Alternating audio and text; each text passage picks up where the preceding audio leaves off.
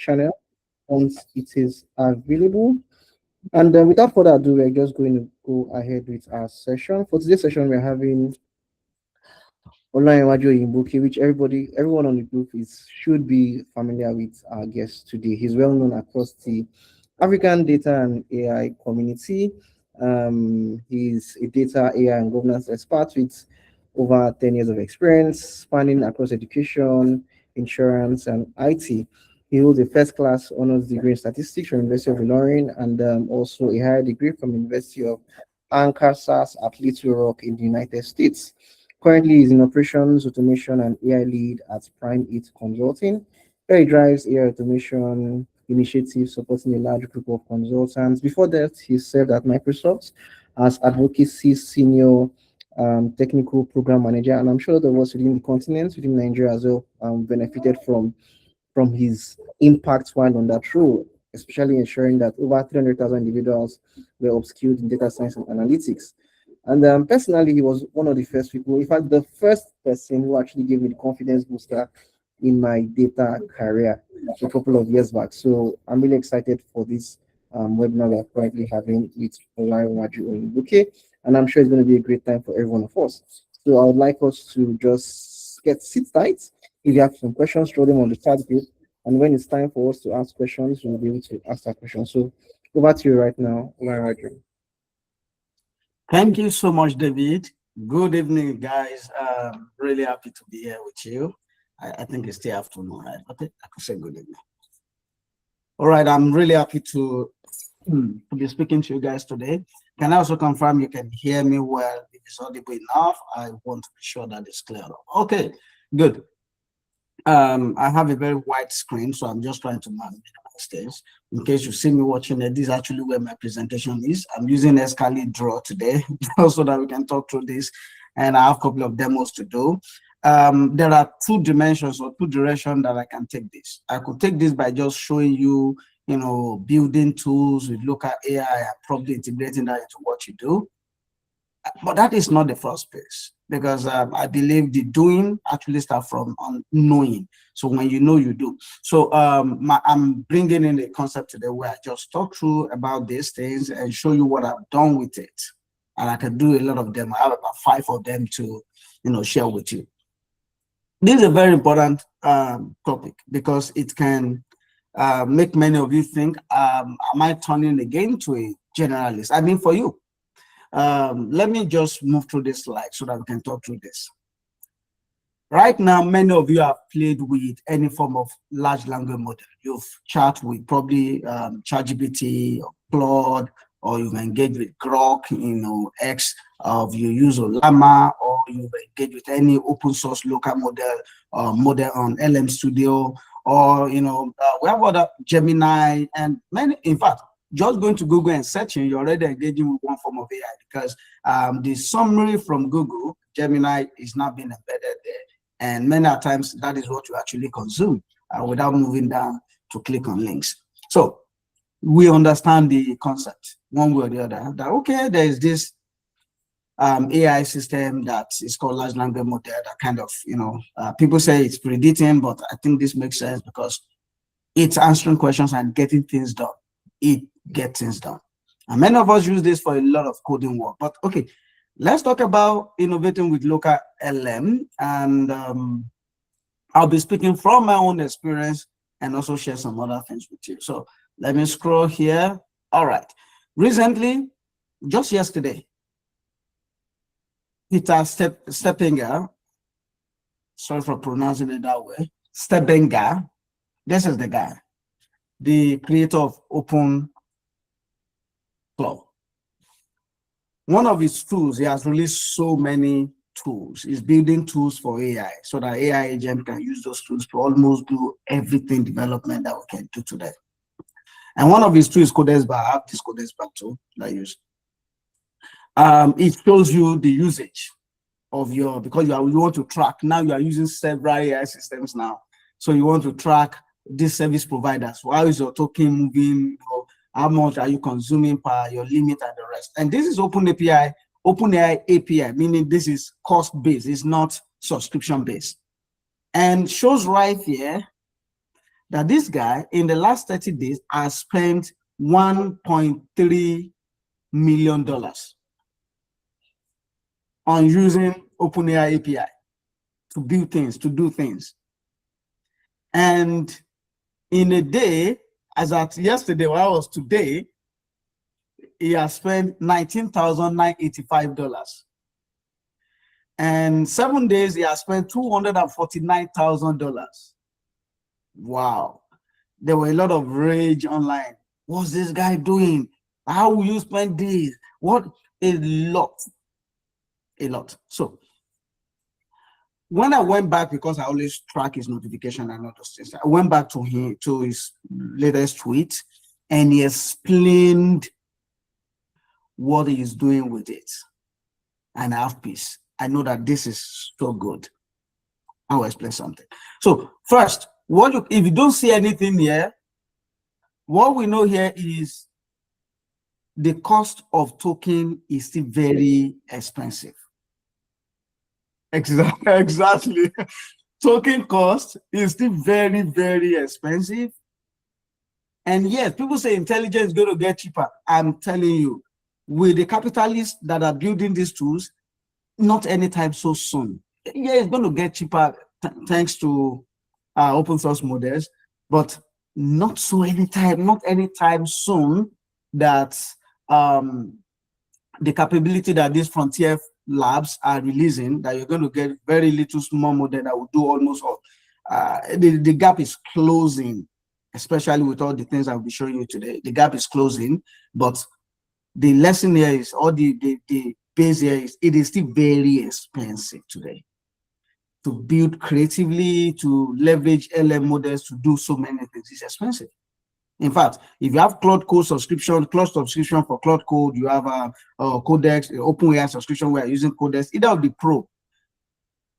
The token limit, the harness, I'll put it this way, the harness that they are still using for those tools and platforms has a way of condensing and minimizing and reducing the limits that you are using anytime you engage with those models. So meaning, even though Cloud Code has this 1 million context window, but it's not optimally sending everything or using that 1 million context window. But when you're using the API where you pay the money, yes, that full 1 million context window begin open up to you.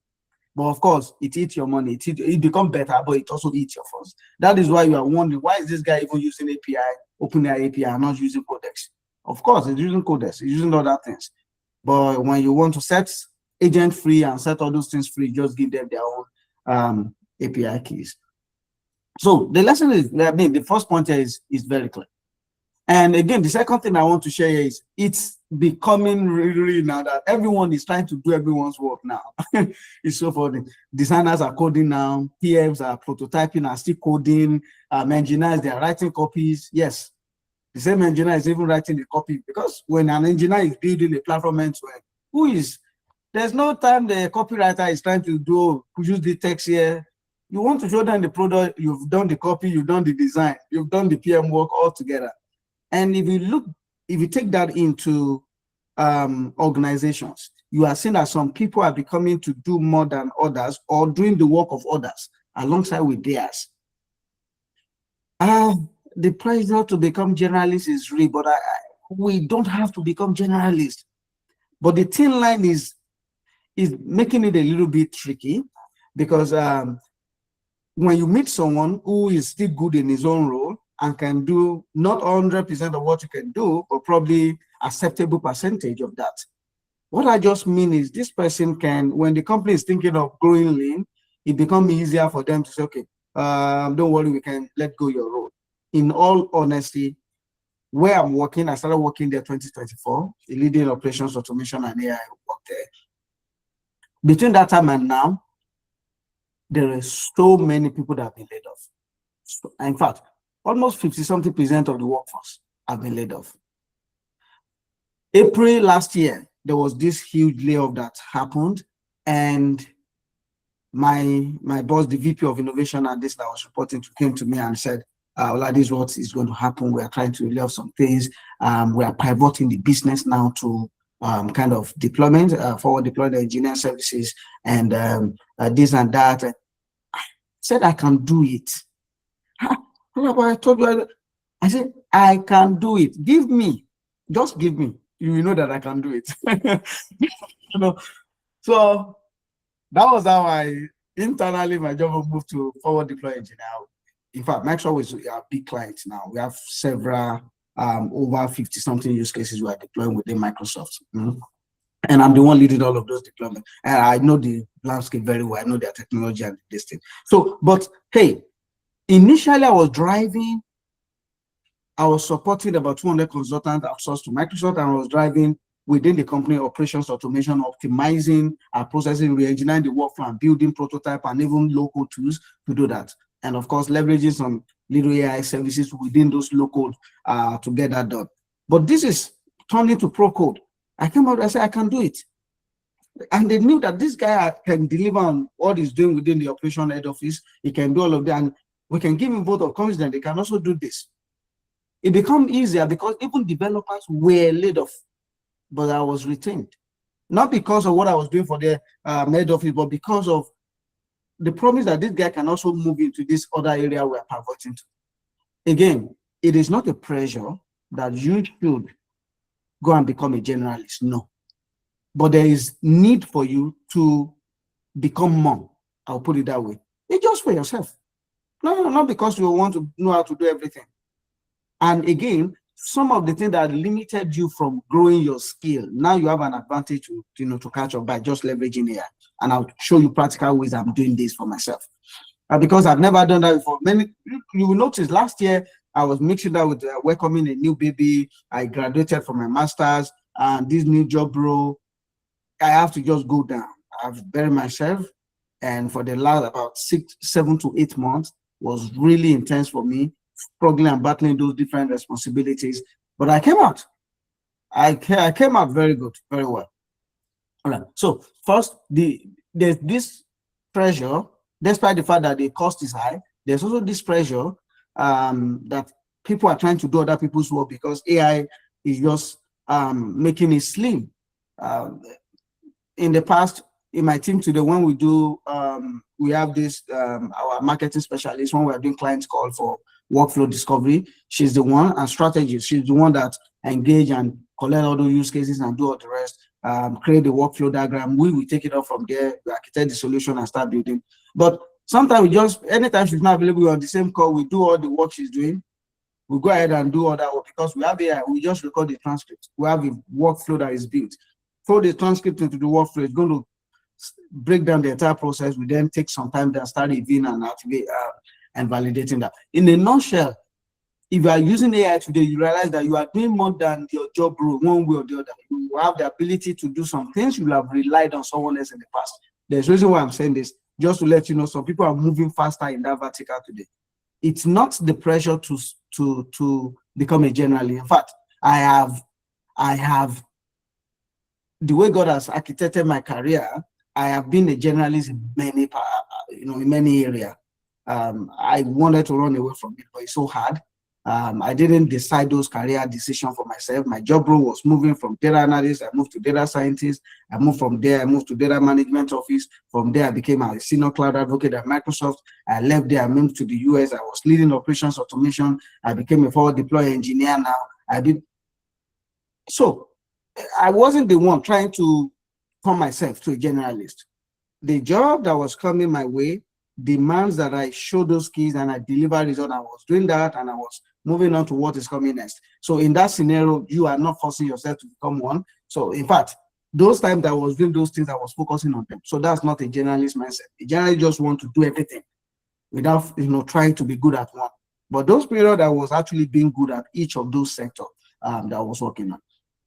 So instead of trying to become a generalist, become a builder for yourself. And that's the way you can truly crack some innovation with small language, large language model. A smaller, sharper skill set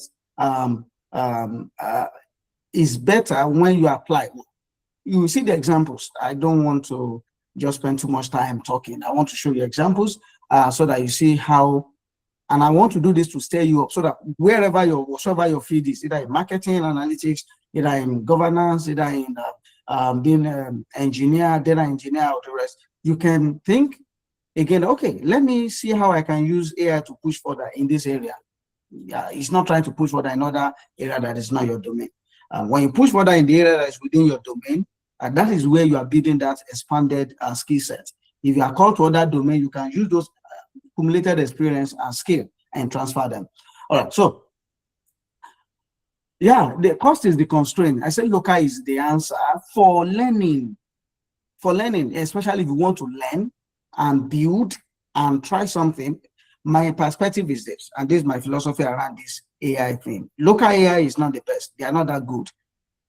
But take a look at what happened today. If any of you are using Cursor, you are using Google Anti-Gravity, you are using Visual Studio Code now, you are using Windsolve, all of this AI coding editor, IDE, that wasn't the beginning. In fact, for Cursor have tried what they are doing today. What every other AI IDE is doing today, where you just send the prompt and it's editing your code and do everything. They tried it repeatedly. It never worked. In the era of GPT-3, GPT-4, in the era of Sonnet 3.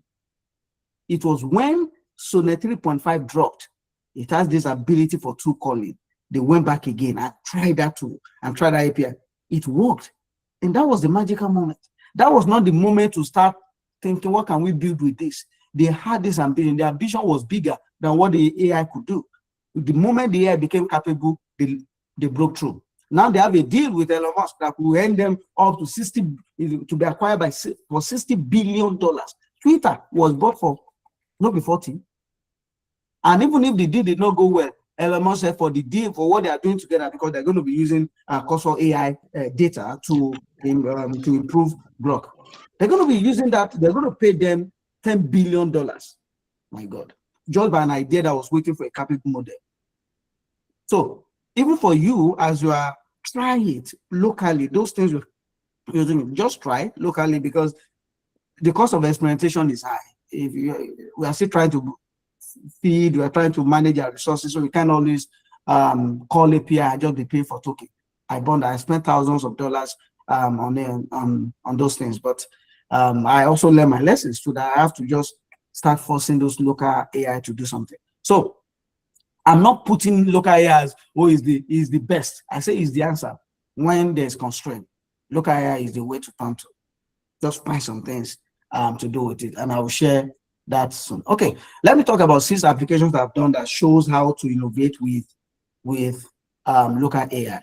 I will try to share my tab and share my oops. To do that, I have to even share my screen, entire screen, so that I can mirror. Yeah, so that I can mirror my screen. So, but yeah. So for each of these things, I'm 3 things differently. I mean, the first one is my local AI.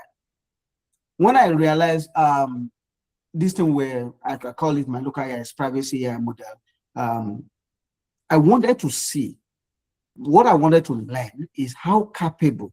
In fact, I have a benchmark I call now for me. It just is pigeon. Now that is for me. So anytime a new local open source model or even RIM model comes out, there are things I am trying to build as at that time. I will take it to that, I will add the API key. I will run it against the benchmark I've created. Just want to be sure. It's not about the benchmark they have created. This is the way I try to build things. Can this model do it? If it can do it, then it's for me.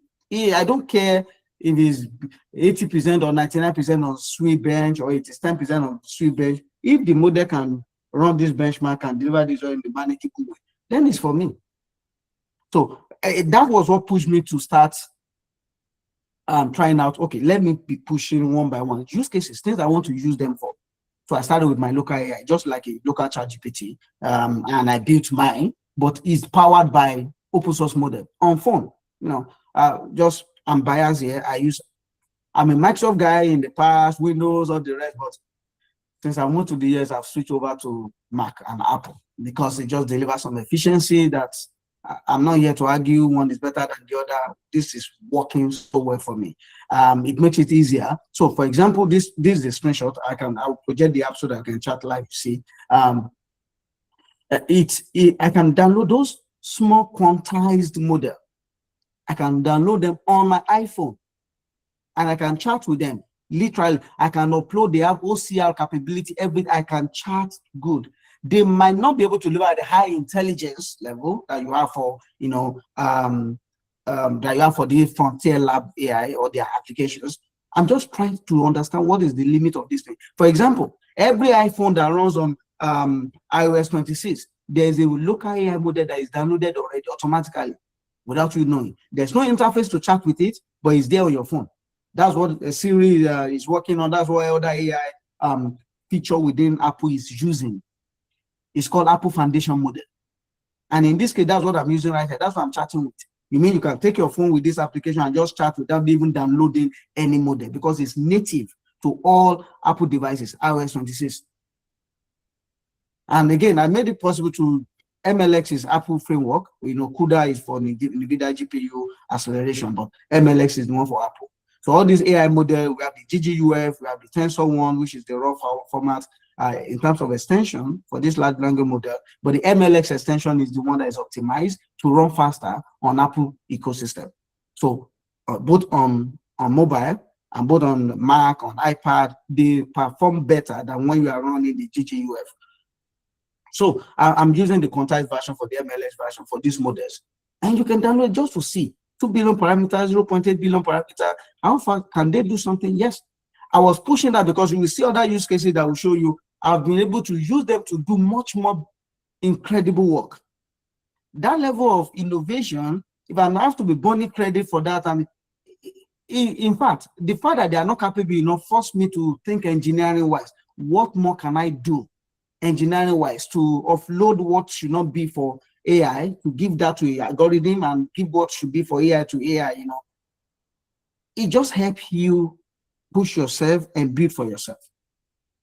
I move to next one so that I can do as many demonstration I want to do. This is another one, Tincora. This is really, don't mind, I used to name most of my solutions. All these app, they are in test flight on Apple. Many of them are live.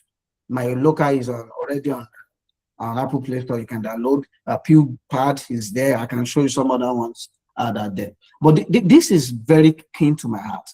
For good 1 year, I pursued this use case. I used to call it Imaginarium. That's what I call Project Imaginarium. What was the problem?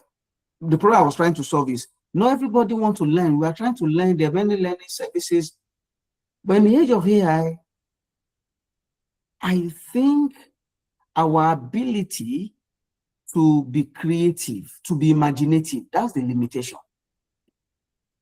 When you see someone do something, you are just wondering, how did they think about it? It's power of imagination. Some minds are mature to imagine. Some minds are, because of the system we grew up in, if you are not exposed, there's something you will never think. There's some direction you will never think. So I began to, this is the real education that is going to create a huge gap.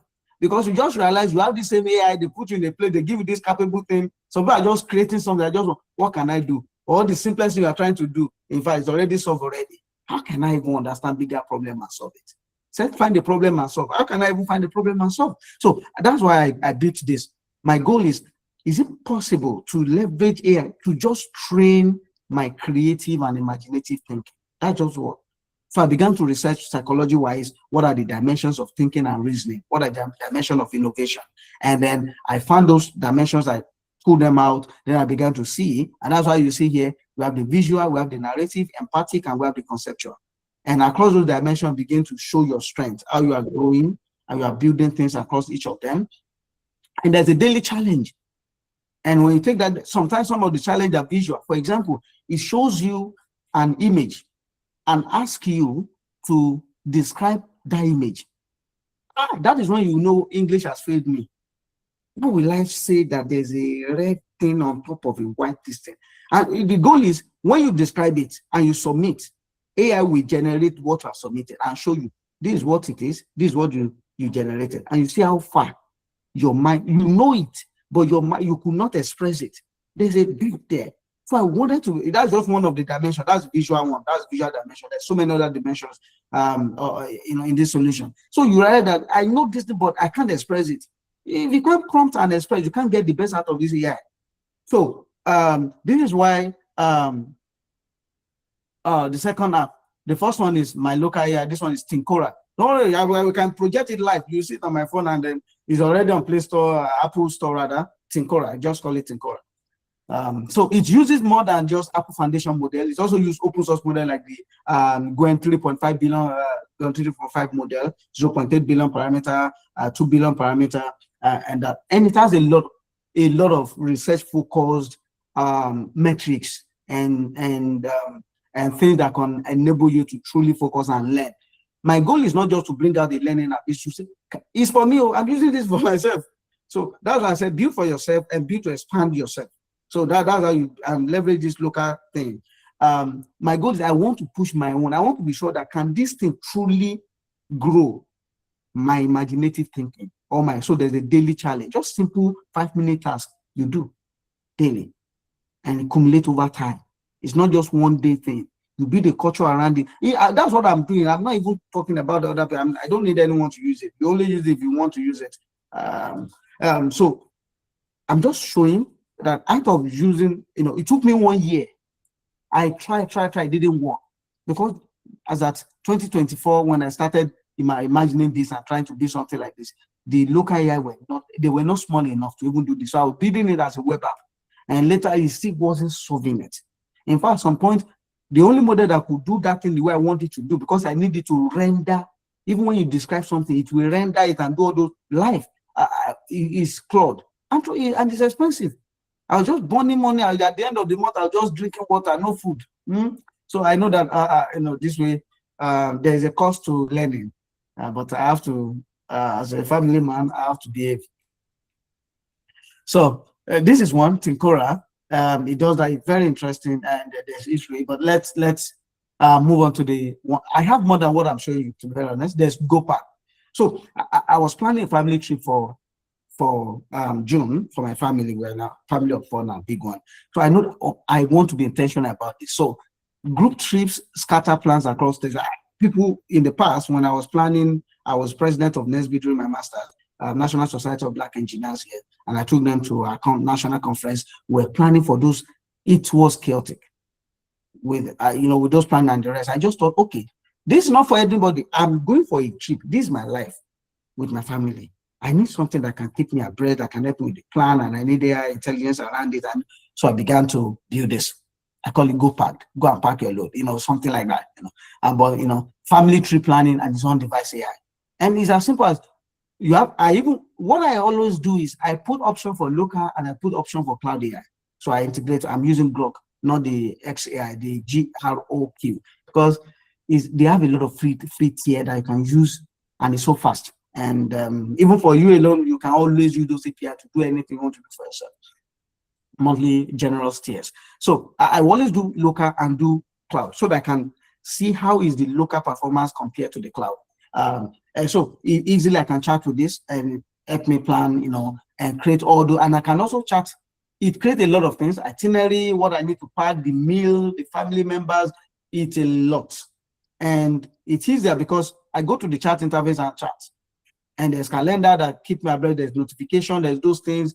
If I'm able to show all of these things, because I just need to wrap up in the next let's say 5 minutes.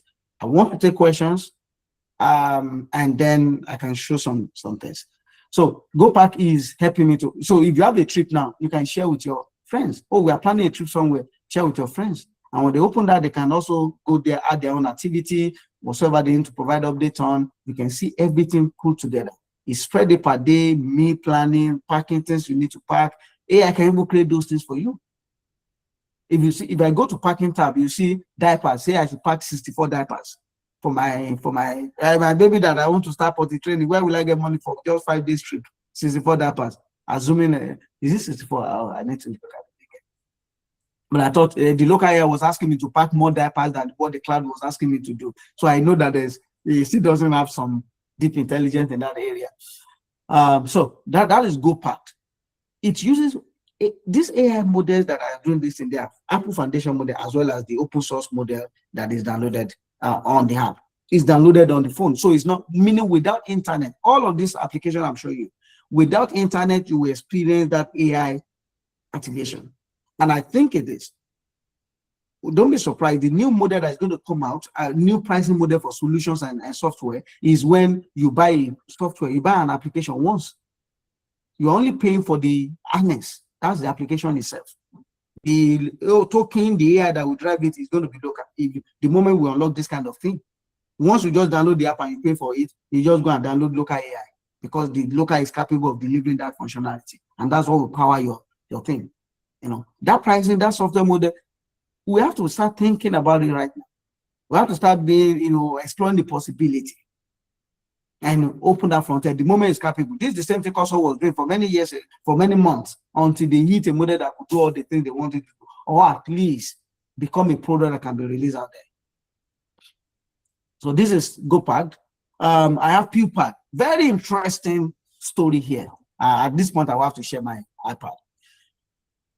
I'm a church boy, so on Sundays, I just take it as responsibility for me, because our church is not that big, so we can't keep the pulpit on the stage all times. So it's used to park somewhere. The moment my pastor will the choir finish ministry and the pastor want to step on, I'll quickly rush there, go and carry that. It's just a table with a long leg. I'll carry it so that I can place it at the center. Nobody sent me, nobody asked me to do that. But while carrying that, sometimes as I'm rushing, the sermon notes, because you used to print that on A4 paper, some of them will fling up, on the floor. I have to quickly gather them and put them back again. This used to happen repeatedly.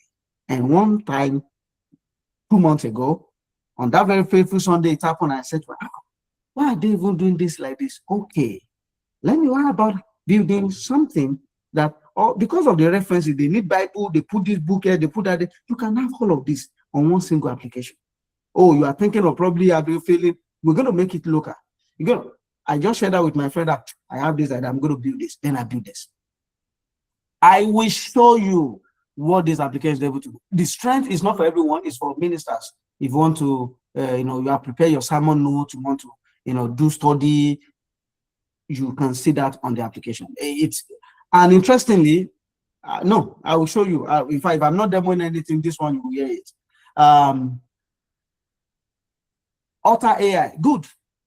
I paid 68 or $84 for a tool called Whisper Flow. Whisper Flow is a very nice, I must confess, it's a very nice software. Whisper Flow, in fact, there are many solutions around it. Allows you just press a key. I have it all. I still have it all, but I've not been using it for several months now. You just okay. You just press the key on your keyboard, you begin to talk, and automatically, pew, it sends it to text. You can speak faster than you can type. And I realize I'm wasting, when I'm building all these things, I'm chatting, I need something that can make me flow faster. So Whisper Flow or this AI service, a lot of celebrities are using it today and all those things. But I have this idea in me too that I know, but $84 another month.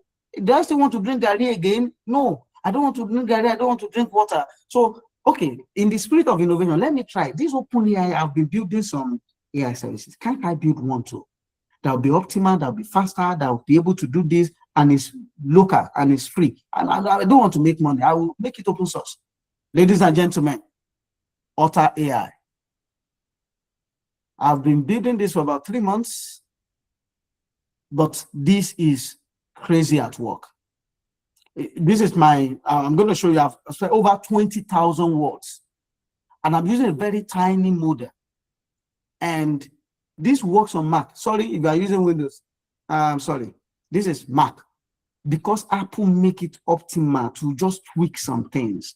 You understand when you start building for Apple ecosystem, there's just something that are really optimal on Apple ecosystem. One of it is their memory. Apple use unified memory. If you have a laptop today, Windows, on my left here, I have my Alienware M18. This system is 64 gig RAM, 12 gig NVIDIA GPU RTS 4080, 4 terabyte. Is a Windows.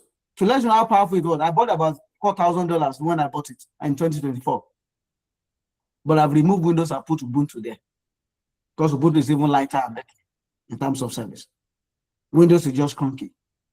And for a Windows device, whatsoever NVIDIA GPU you have is not, you can't compare, it's separate because it's not unified. And when you're running this AI thing, they need acceleration, and GPU offer the acceleration engine. But in Mac, it's just unified memory.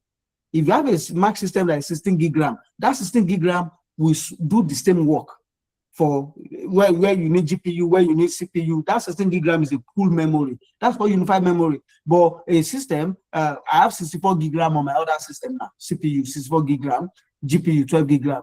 I can't pull up both of them together to work.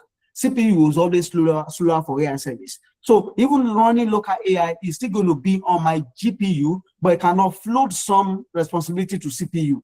If it is Apple device, they have that one. That 64 gig is a unified memory. Imagine what local model you can run. All these things I've been using. My Mac, I bought Mac Mini. What I'm using to present as Mac Mini is just $600 Mac Mini, 16 gig RAM. 16 gig RAM almost have competing what I'm doing with a 4,000 Windows device. I want to add and scrape the window and put Ubuntu. So I use it for several other development, just explaining my bias. So it becomes easier for me. And if I want to build cross-platform, make this cross-platform, it's more work. Let me just focus, because I'm not trying to say something. I'm learning. I'm trying something. I'm checking limitations. This particular project is open source. So if you want by any means want to contribute to this, there are options. For example, right now when you speak, it captures everything nice, well, but when you are saying I have 3 things to share with you, number 1, we need to start building for ourselves, solve our own problem.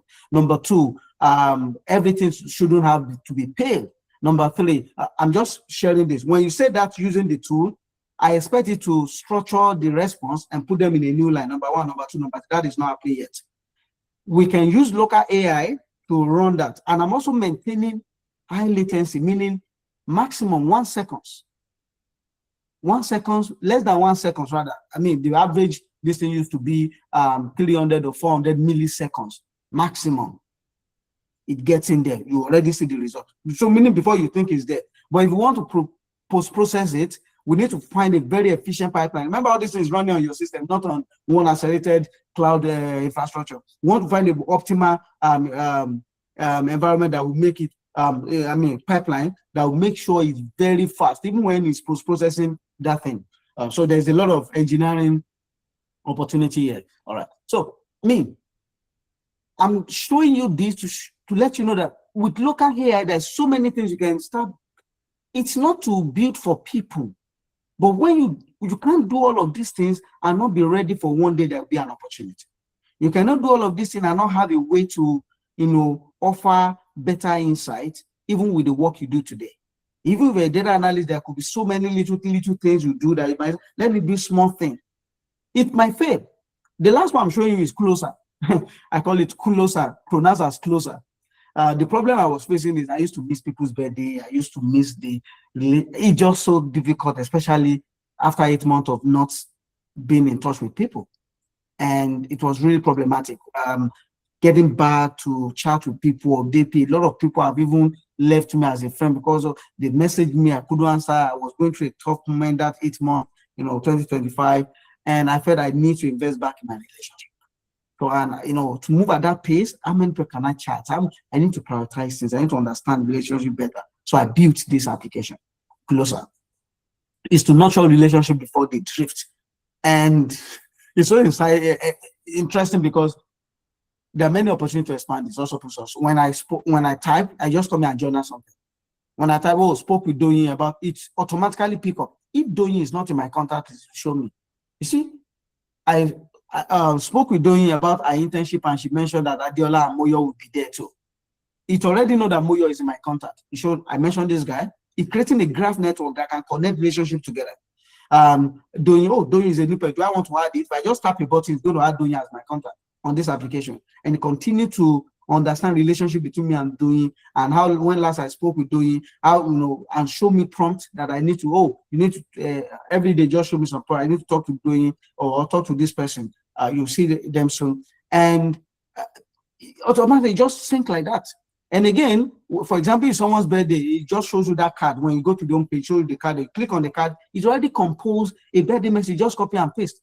Or again, you think it's AI, but it's using your voice. So there's a feature there where all the writing you've written for a very long time can bring them there in your own natural language. It's going to analyze it and create about 32 different tone artifact points. Check this and show you, okay, this is formatting, these are used to write everything. And then that is the profile is using to write. It's not just generating with M dashes and all those things. So that way it's more closer to you, to your tone of writing than others. And then it also creates this life voice. That's a lot of tab. I'm only pulling out the social, which shows you what's your social energy, where are you drifting, what are the relationships that's evolving. You can see your circle. I invited Moyo to my son's birthday, which was last week, and he said he's going to be a DJ, and he's already picked that. The mixed circle invited Moyo to my people within my network are mixing out, they're connecting, is being able to connect that.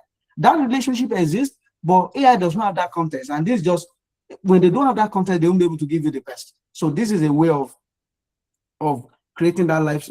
There's still a way to improve this. A lot of engineering work to do here at the back end. But I can make this open source. Interestingly, this is both available. It's React Native, so it's available on Android and iOS.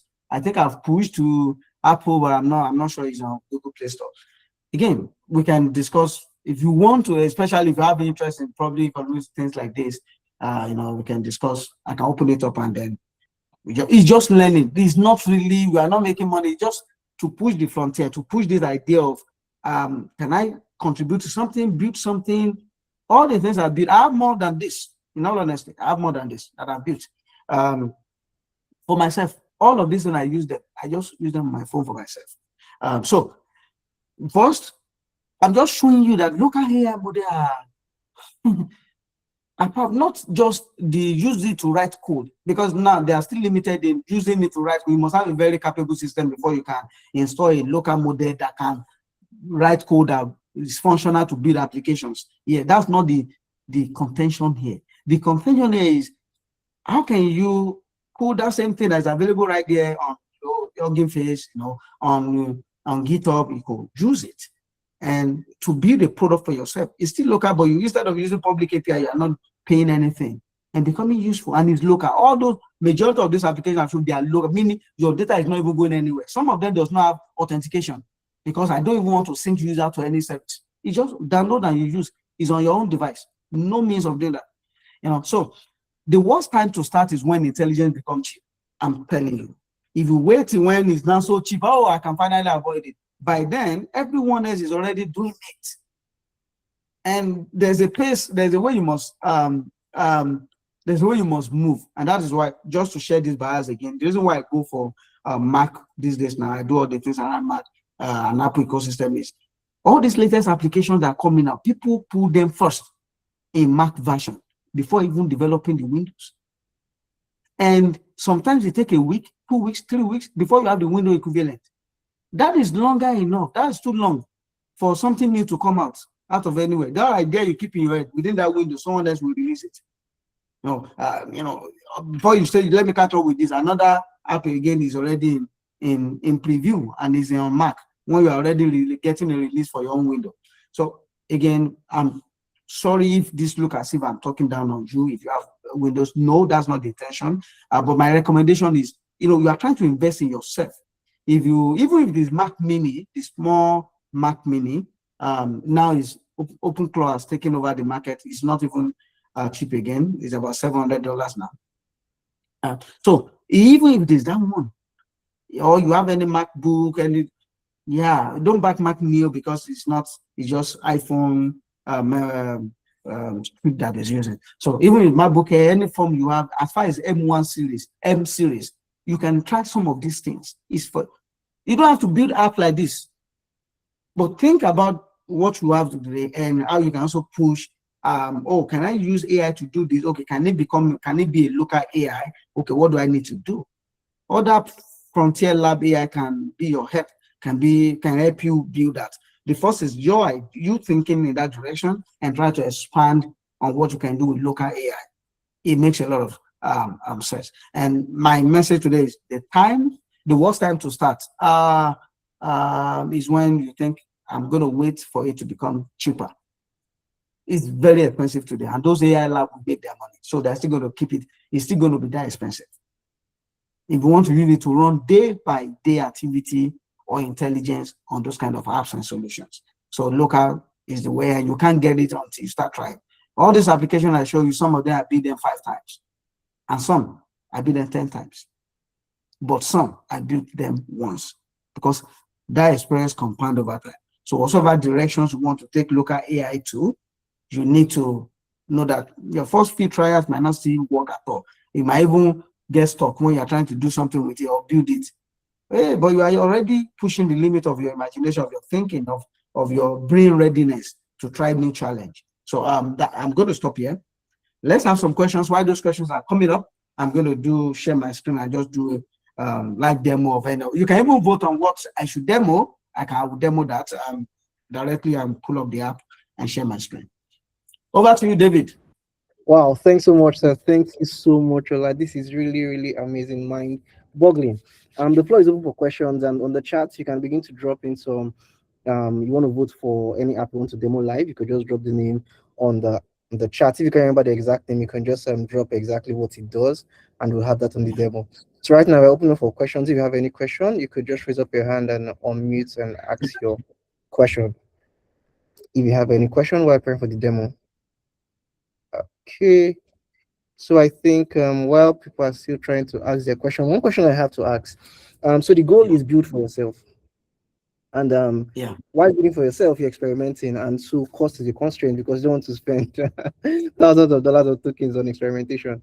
So the question now is, do you have a framework for picking the problems that you feel worthy of investing time to work on for yourself, or you just essentially look for what pains you the most at that time and try to build for yourself on that? So that's my question. Yeah, thanks for that. To be honest, you can be tempted with building tools for everything that comes your way. You know, but what I do, my approach is I think about something. Okay, this is what my thought was when I started going this path. I want to achieve three things. First, I want to see what it takes for some technology we use today, or some application we use today. What does it take for them to work? That was the first thing. So, meaning if I try to build it, I realize, okay, there's a lot of engineering work that's gone into this. One. Number two, I want to see how far can I push local AI work. Again, I'm not pushing too much right now, to be very honest. I'm still young at this thing. I'm still early at this thing. Things are evolving so fast. And I'm wondering what are the other use cases that can use that to explore. But I'm wondering, I'm asking myself, okay, this AI thing, because I'm a doer. I don't want to learn. How can I learn? I wanted to learn about this local AI thing. You just see a new update. Oh, Gwen Kineko has been released. Many master points open source. Okay, what are this model? What can I want to use that? Okay, is it just to start with them? Because all these things, as I'm running it on my mobile, it's good to run it. Me, I don't have a device that is capable enough to run all these high parameter open source model. But okay, is that all? Is that the future? I was wondering, okay, this smaller one what can I even do with that? So I want to learn, I learn by doing. So what can I give myself as a project, as a task? And then, okay, let me use this now to learn about this model. All right. So, number three, because of that interest, when I find something that I feel is of value, there's a tool that I built that we're using now in my company. In fact, we stopped a subscription of $100,000 annual because I built the tool and added more functionality to it. Because the one they were paying for, we even used to do some work outside of that workflow. But everything now is within, the company. I told you, I said, bring it. When they are laying people up, they say, is this one that I want people to be able to say, I will do it. Anything now, if it's that I will build it. Just give me. Don't worry. Then I went back. It took me months to come out as someone who cannot build up on tools and make them production ready. He said, but that was the career I do. It's either I sink or swim. I don't want to drink water. So I do that. It's very crazy. If I get any job to any work today, that platform just sync everything and almost get it halfway done. I don't have to go into too much of depth there. But what I do when I wanted to solve that problem for myself, all the people in my team are using it now. Now I just felt that, okay, I'm doing this way. Can I do something better? Can I do something more? Or is there any way I can leverage AI to do this? So I began. That's what often informed me, the idea that I want to learn, the understanding that I need to push what this AI can do. And when I find immediate needs around me, not all of them, some I refuse to commit to many of them. I just no, there's no need. There's no need to go for that. So that is my response. Wow, wow, thank you so much, sir. Thank you so much. I see a pattern you build for yourself over time. Some of them may not be very valuable. You're building a muscle, and then once the time is right, you, like you said, the opportunity that saved your company thousands of dollars, you already have the muscle to build for yourself and even build for others and productionize it. I see that pattern. Thank you so much. And we're still expecting questions, and also for voting for the apps, we have my local AI, a private. Good. Is that a question? Good. My local AI, I have the Pew pad already here. Guys, I need to drop this here so that you know. When I have this idea, I told you this wasn't because of anything. It's because of my life experience in church. That was why I came up with this. And I went online on Twitter because I was also researching. I found some platform, PewBeam, OpenBeam. I found Rema and OpenBeam are open source, but they are trying to follow the same thing that PewBeam were doing. Dara Olasoba Adesoba was the first to kind of move into that niche. They were building for media team of the church. This is for pastors. It's not for, so it's actually, their pastor is not projecting from here to the screen. But when I again went there, and I'm just sharing this as a family, you guys are family. I went there, and for about 3 weeks, I went to his, when I had this idea, I went to his DM, I chatted him, okay, I have this idea, I'm building this, I just want to have a time with you to share what I'm building. It will contribute to the ecosystem or what you're also building. I don't need money, I don't need anything. I went there, I asked him again, I followed up, and one time I even told him this is the name I even want to know. If you say don't go there or don't touch the name, you don't have anything called this name. Yeah, I'm just using PewPad because it just feels so right with me. And I checked the domain is available, I checked trademark, everything is available. So I'm not infringing on anything. So nothing. I built this app, it's available on test flight for me. I was testing. I now shared it with the pastor at church. The pastor said, how much is this? I said, sorry. I said, no, it's free. He said, no, you don't mean it. He called another pastor and he came and said, oh, something that does less of this, he paid $1,200 for it. Oh, I said, okay. Now is this valuable? He said, give me. I said, wait, I'm not giving you now. I just want to know if this is valuable. Now I found out that it's valuable, not because I want to sell it. I'm not selling, it's still free. But just finding validation. Oh, this thing is really useful. People want to rush it. Oh, okay. Hold on.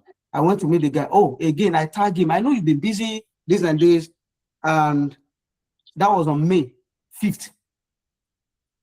Nothing happened. But when I tag him, when you are tagged on inbox on Twitter, it just on X, that way you get a notification. Even though you have not been checking your inbox before, that one you might be tempted to go and check what's going on here. So I believe he read it, and then he saw those things, no response. On 6th of May, the domain PewPad was registered. Wow. So it's on 7th, I followed up, I went again. I still want to, no, I went again, I checked the domain, I said, no, I said, no, wait, no, now. I know, something is going on. Yeah, I'm not even fighting. So I'm just telling you in case all of a sudden you see people blew up and the provision is not attacking. You guys are trying to come. No, this is it. I have evidences. So I went ahead and registered pewpad.ai. It uses AI. I registered getpewpad.com. I just want to put it out there. I was open to giving this to its ecosystem. When I was big, I'm not doing it for myself. Till today, there's no price in there. It's all local, you just download and use. So one of the advantages, there's so many things to demo here, but I'll just show you the strength of this. When you go to sermons, as a minister, you can create new sermon. But the advantage is when you are setting up your sermon, you are doing scripture reading, you can actually search the Bible directly here on your right. You can open commentaries for any Bible translations. As I'm clicking on the tag, it's showing the Bible verse on the right. You can open commentary, available for that. If there's commentary for that particular verse of the scripture, you can do word study. When you see some people are studying, say Hebrew word, in that verse, it was saying, Iro, this is what it's speaking. This is Hebrew, this is how ministers study deeply to check Hebrew word that occur in the verse and what it translates to literally and how to pronounce it and how many occurrences it has in the scripture. You have all of these things. And interestingly, if I'm reading this part and I want to insert it, I can just click on add. It has inserted that into my note, into my sermon note. So I may not have, so I will show you where the other advantage comes in. Let's assume I'm done with my Simon note and then I want to deliver. I'll just come over and click on deliver. How many minutes? Oh, let me deliver this for just 3 minutes and click on start. This is my iPad, is on delivery mode. Wow. You see several icons on the top right. One is just to toggle the view, and here you can see mic. This mic continues to pick my speech. So when I'm saying something, if I say, okay, turn to Genesis chapter 1, verse 4. As a minister, even when you are talking and doing all of this, automatically, you see, it picked Bible references for me and it's shown there at the right-hand side.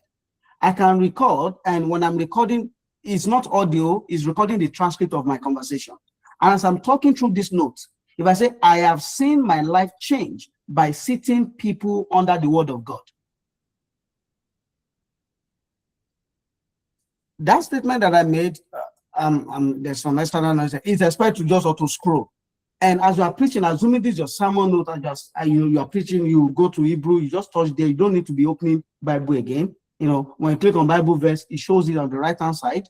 And you can, even the translations, remember, we talked about it. So you are scrolling through your notes and the Bible reference, if you have multiple variation versions of the Bible, you have them. You don't have to open Bible. Even if you are quoting something that is not in your book. For example, if I go to trust in the Lord with all your heart and lean not on your own understanding. What happened? Even though it's not here, as I'm speaking that, I said the word of God said this, is referencing wherever it's coming from the scripture.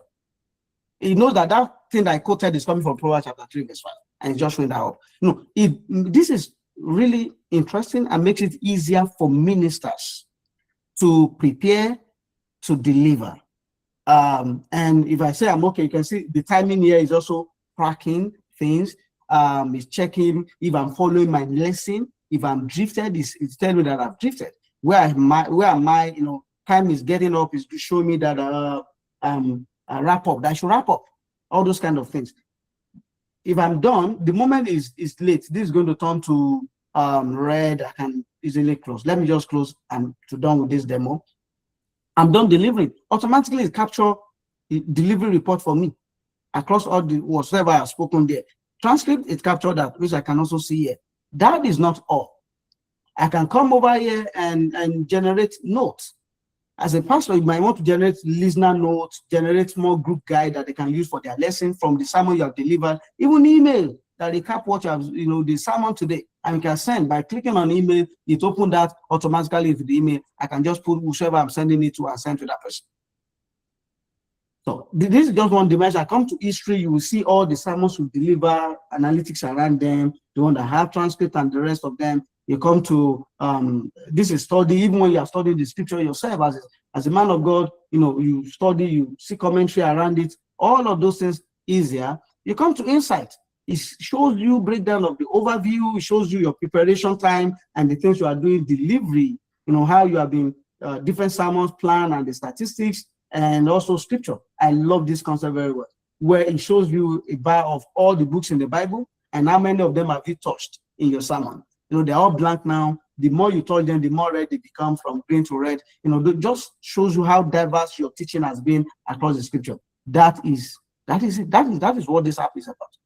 And you can upload sermon import your sermon and then connect to deliver. There's memory that tracks your sermon. That is all. This is what period. Everything is on device and it's local. Of course, I'm using different mic while I'm talking, and so that's why some things were not picked up. I'm always impressed by the way it works. So that is that one. That is PewPad. I'm going to show my local AI. Yeah, I'm going to just do that by sharing my screen. Yeah. So I'm doing from my phone. Yeah, you should be able to see my iPhone. I mean, some of these applications you can see closer. You can see Tincora, Potiowo. I didn't talk about that. I use that to manage my finance. Mitumo. In case you have heard about Mitumo, yes, I'm the CTO. I'm the technical guy behind this Mitumo. Myself and David Abu, we founded that. So we have a mobile app for engagement as well. Yeah, but this is Tincora. Sorry, my local AI. This is my local AI. So right now, this is it. It's using Apple AI intelligence, meaning no model downloaded. I can still chat. Hey, how are you today? Right here, model is beginning to, yeah, it's chatting them. In fact, it's telling you how many tokens per second, how long does it take to do that. Those statistics are there. And if I go over to settings, come to the menu here, the left menu here, if I come to models, this is where I can download more models. I can even, this 3.5, 0.8 billion parameter is a small model. In fact, 0.6 gig, it downloads, and I can use it. And it's a reasoning model, as small as it is. And it has a very high OCR capability. It can read file, and if you are building any AI system, you just want something that can extract information from files. This 0.8 billion parameter model is very, very good, because I've used it on some solution where I needed to be extracting OCR and details from files and documents and the rest. So now that I'm here now, if I come over here and click, I can see it's downloaded 0.8 billion parameter. If I click on it, it's going to load that into memory, and it's downloaded. I can use thinking mode. That's to enable thinking. If I say the same thing, hey, who made you? Who made you? I'm not asking it to think. If I ask it to think, it began to think. I'm going to develop by Alibaba Cloud, my training data includes my stuff. Okay. If I turn on thinking mode and say, I am presenting with my community. We are into data, AI, engineering, etc. Okay. etc. I am sharing on how local AI model can be of great advantage to skilling in the age of AI in 2026. I want you to write a short closing quote. He began to think, because the reasoning is toggled on. This is 0.8 billion parameter model. And I think that you can see the context of the thought. And I can close it. I can close it. Oh, my battery is low. Okay. It's done.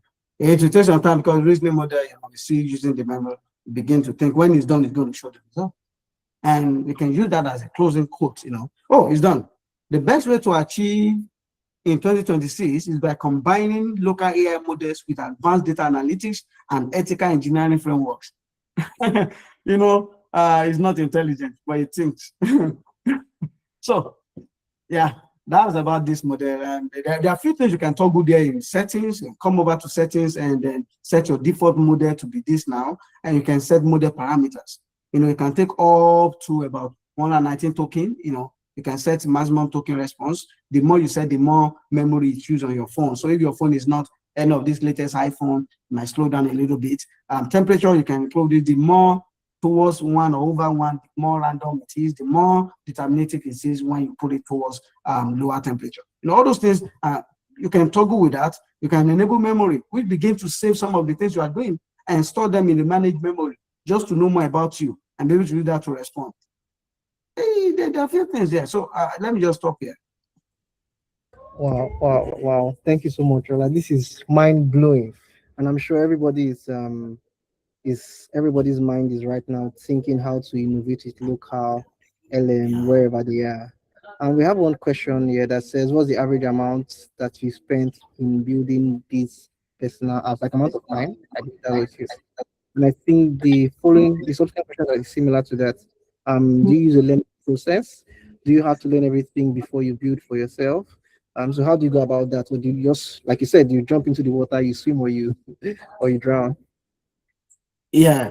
Thanks, David, for calling out that. I didn't get there one day. So, but what I realized, sometimes my goals are too ambitious. So I try to sometimes I withdraw. After 2 weeks, I look at, okay, something small, not even that big one, something small. What can this do?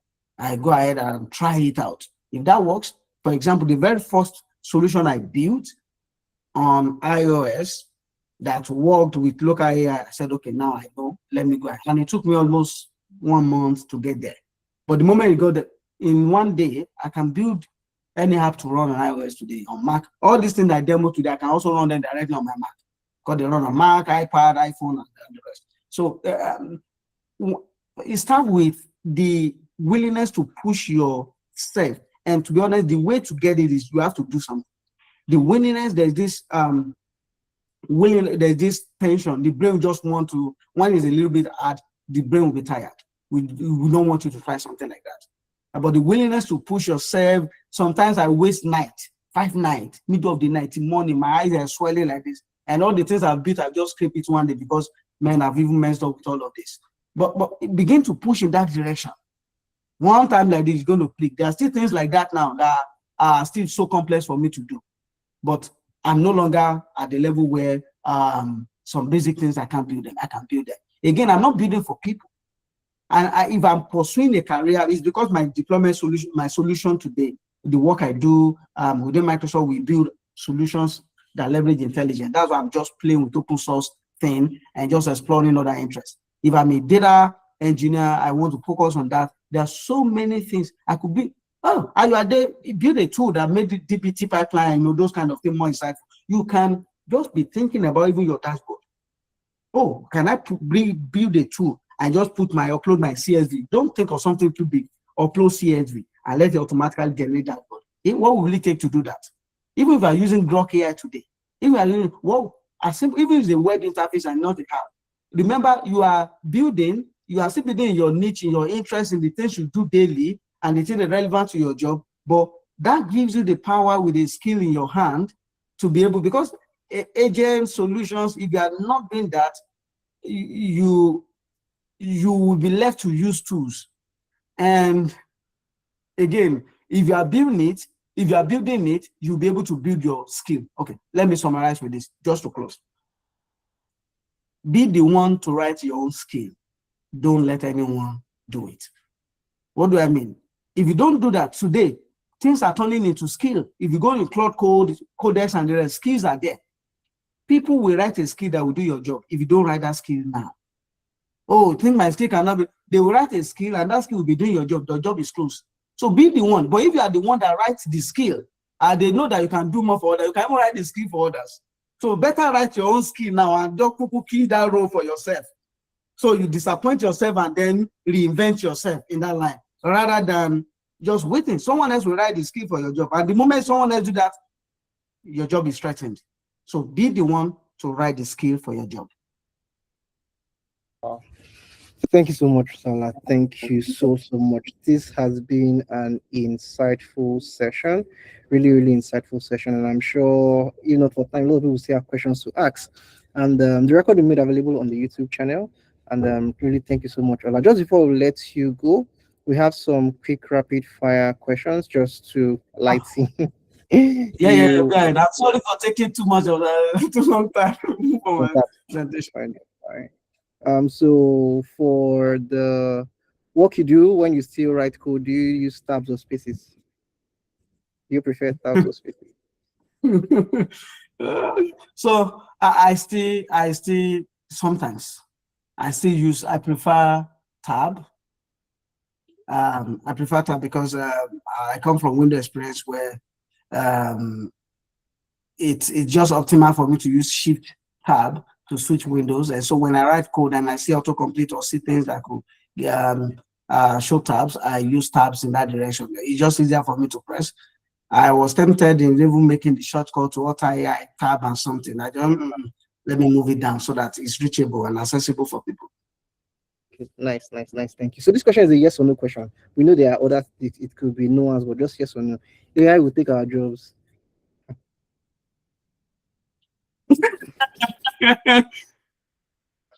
The current one, yes, but not our job. Yes. All right. Thank you very much. So one final question. So you're using open source models a lot. If you were to marry one open source model, like you won't delete it, you're not going to stop using it right now. It may change in the future, but right now, what open source model would that be? Gwen series. Gwen series. Awesome. Because either 3.5, either 3, either 4, they have 4 now.